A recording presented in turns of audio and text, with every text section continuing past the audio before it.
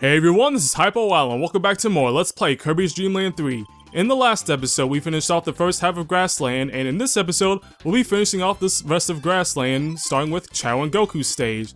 Now, this level is actually a reference to a Famicom-only game called Yuyuki, and the characters that we had to complete this objective for are actually from that game. And that's actually one of the things about this game is that it likes to make references to Nintendo games, both to the very obvious, which you'll see in later on in the game, and some of them, like this one, are actually fairly obscure. So in order to complete this objective, first off we'll need rock, which I guess we have to use rock. Like I said, it's not really one of my favorite power-ups ever, but you know, for the sake of completing this level, I will use it.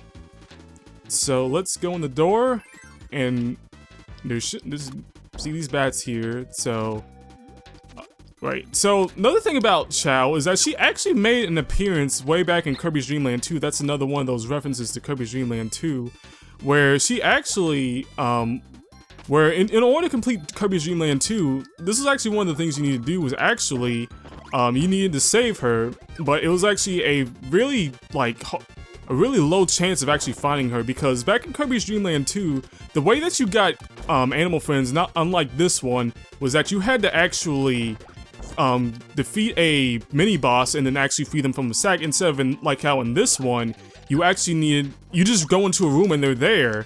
So there's actually a fairly small chance that she'll actually pop up, but that's what you need to do and complete. And that's, I guess, one thing about this game is that really this series in general, is that they have really weird standards about completing a 100% in games. So here this boss is a Bobu, which is a very large Bobo, which is a fire enemy, obviously, since he's a walking fireball. So we actually need to defeat him in order to progress. So that's that. And so there is Goku, and that's pretty much our objective for this level. That was pretty much it.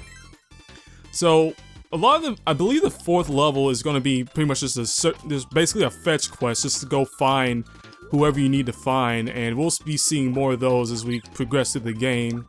And like before, we just need to, or this room is just for collectibles and stuff. Just avoid all the glunks here if you can. These are actually a lot of the enemies that are pretty much staple enemies, actually, believe it or not, came from Kirby's Adventure, like these glunks here, or, well, this Gordon was originally in the very first Kirby's Dreamland. Now, one thing that is good about rock is that you're pretty much invincible from everything. So if you want to, you can just hold on to this, and if you want to avoid the Gordos and get all the stuff that you want to, which I'm actually going to grab this maximum tomato here since we're running a little low on the health. And so the end door, I believe, should be up here pretty soon. And there's a free life if you want. Speaking of lives, I didn't actually cover this before, but if you want to actually grind for lives, then one way to do it is just to actually complete all the objectives over and over again. And if you actually complete the objective, like say for instance you don't step on any tulips way back in the very first level, then everybody who need to complete an objective for will give you a 1-up instead of a heart star if you've already got the heart star. And with that, they give us another heart star. So basically, you could come out of here with 2 free lives, and that is exactly what I mean by lives are not hard to come by in this game. And speaking of which, since I'm full on health, I'm gonna try and aim for this 1-up here.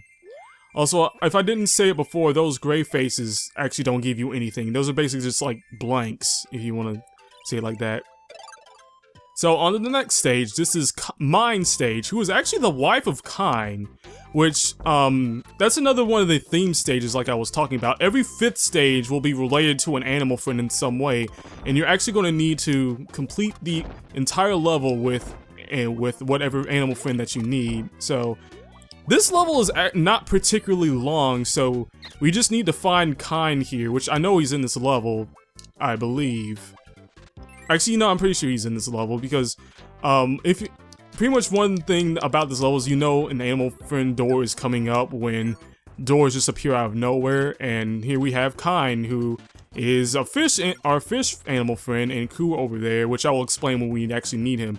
So Kine is a returning animal friend from Kirby's Dreamland 2, he is not all that effective on land, but because he's a fish, obviously, so he's a much effective swimmer.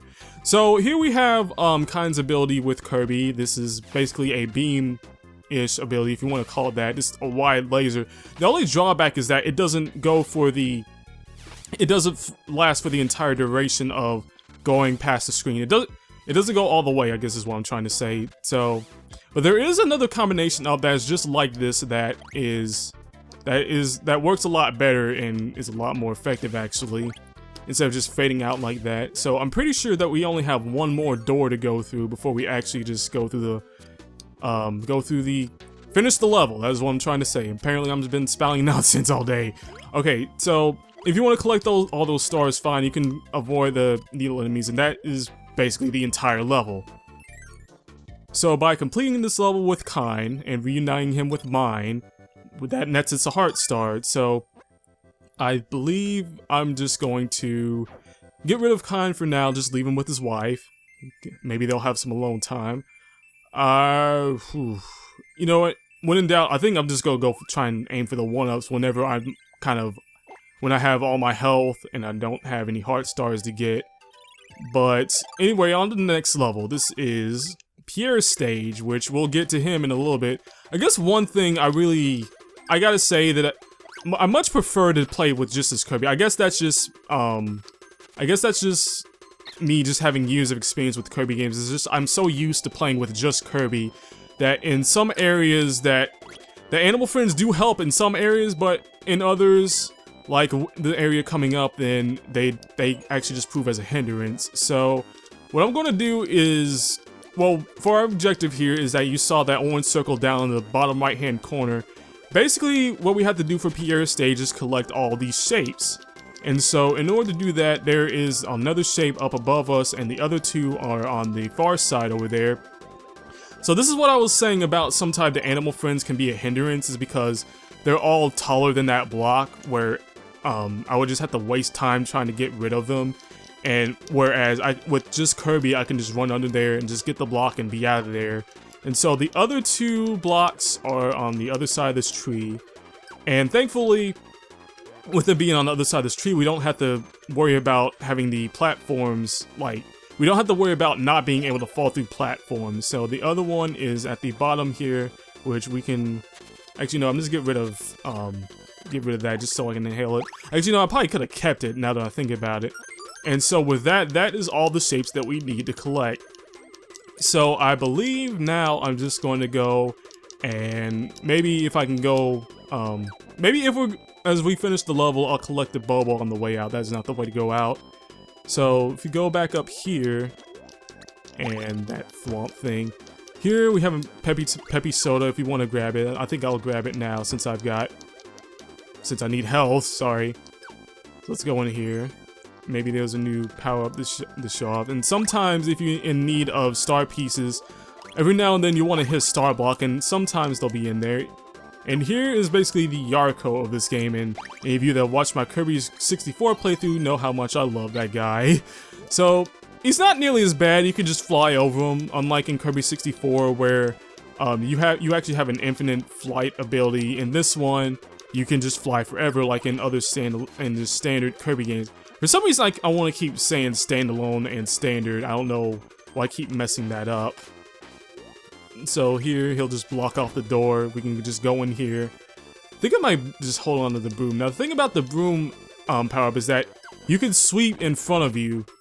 And like I said, how with Choo-Choo's, this power-up can be a little bit useless. But with Kirby, this is actually an okay power-up. The only drawback is that you're actually pretty vulnerable from the top and from behind you. But if you can actually sweep up. You can, actually that's basically it. You can just sweep forward and up. That is pretty much it. And don't worry about that being a pit there. There's actually just ground there if you want to get that one up. So, yeah. Just like the game, once again, just hanging out power-ups. Now, here we have a dead enemy. I was actually going to try and show that off, but I guess not. So, oh, here we go. We have it in the shot now. So, here we have a Bobo, and he'll give us this fire ability, which is another standard Kirby ability. Actually, a lot of the... With the exception of the boom, a lot of the power-ups in this game are actually pretty standard. So, With fire, this is pretty much the burning power-up from Kirby's Adventure, where you just press X and you just fly through the air. Actually, might be Y, I don't know. I'm actually using a classic controller right now, which is basically like a SNES controller, but I didn't grow up with SNES, so some of the buttons might be a little different. So now that Pierre has all his blocks, he'll give us a heart star. So I think I'm going to try and go for the 1-up, so I'm gonna just have his hands go right in the middle, and I end up getting a blank.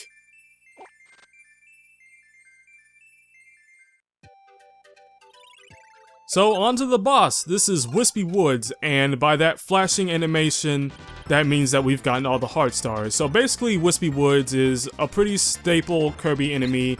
If you don't have a power-up on you, then he'll actually shoot out apples and carrots and eggplants for some reason. Because, you know, when I'm in need of some carrot cake, I'll just go out and pick them from the old carrot orchard for some reason. I won't question it. But here we have burning ability, so I'm not too worried about it. So I guess now we'll have use that.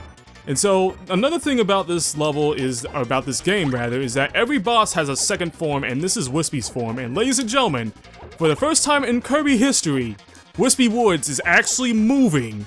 So this is pretty much second verse, same as the first. Just take out the rotten fruit this time and him square in his face, and that is pretty much it.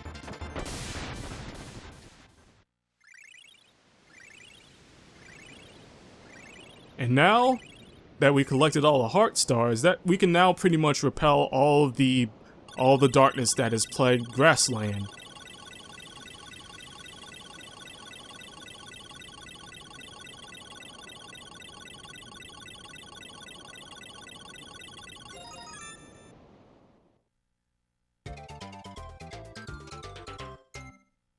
Now we can take this warp star out of here and go on to the next level.